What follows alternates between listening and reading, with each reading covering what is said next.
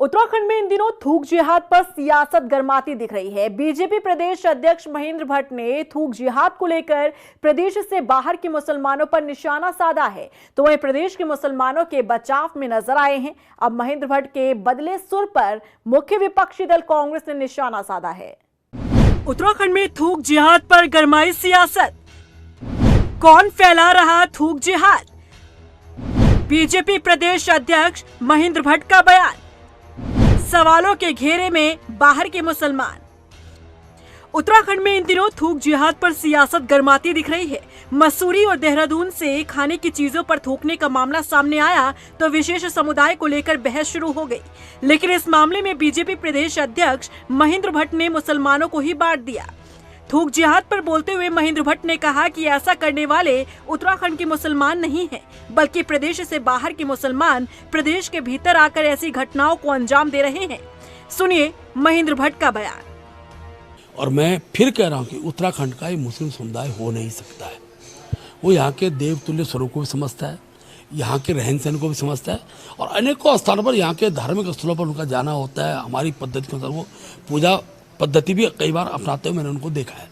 ये जो भी षड्यंत्र हो रहा है ये उत्तराखंड से बाहर के ऐसे असामाजिक तत्वों द्वारा हो रहा है, जो इस देवभूमि के स्वरूप को के अंदर इस प्रकार का वातावरण खड़ा करने का प्रयास कर रहे हैं। उसमें थराली की घटना हो, उसमें मसूरी की घटना हो, और जिस प्रकार का ये सब घटना कर जब उसका जांच होती है, जब जो व्यक्ति पकड़ा जाता है तो सीधी सीधी बात वो व्यक्ति उत्तराखंड देवभूमि का नहीं होता है।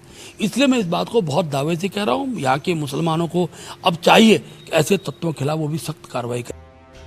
अब महेंद्र भट्ट के इस बयान पर भला विपक्ष कहाँ चुप बैठने वाला था। मुख्य विपक्षी दल कांग्रेस ने महेंद्र भट्ट को आड़े हाथों लेते हुए मुसलमानों पर दिए गए उन्हीं के बयानों की गिनती करवा डाली।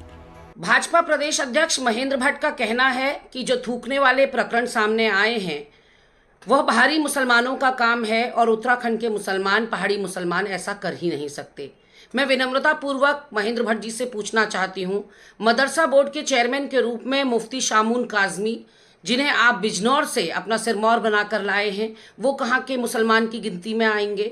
और कोरोना काल के समय पर जो आपने लोगों को ये आह्वान किया था, अपील की थी कि जब बाल कटाने जाएं तो हनुमान जी की मूर्ति या हनुमान जी की फोटो देखकर आप बाल कटाने नाई की दुकान में घुसिएगा, वो कौन से मुसलमान थे? वो बाहरी थे या उत्तराखंड के थे?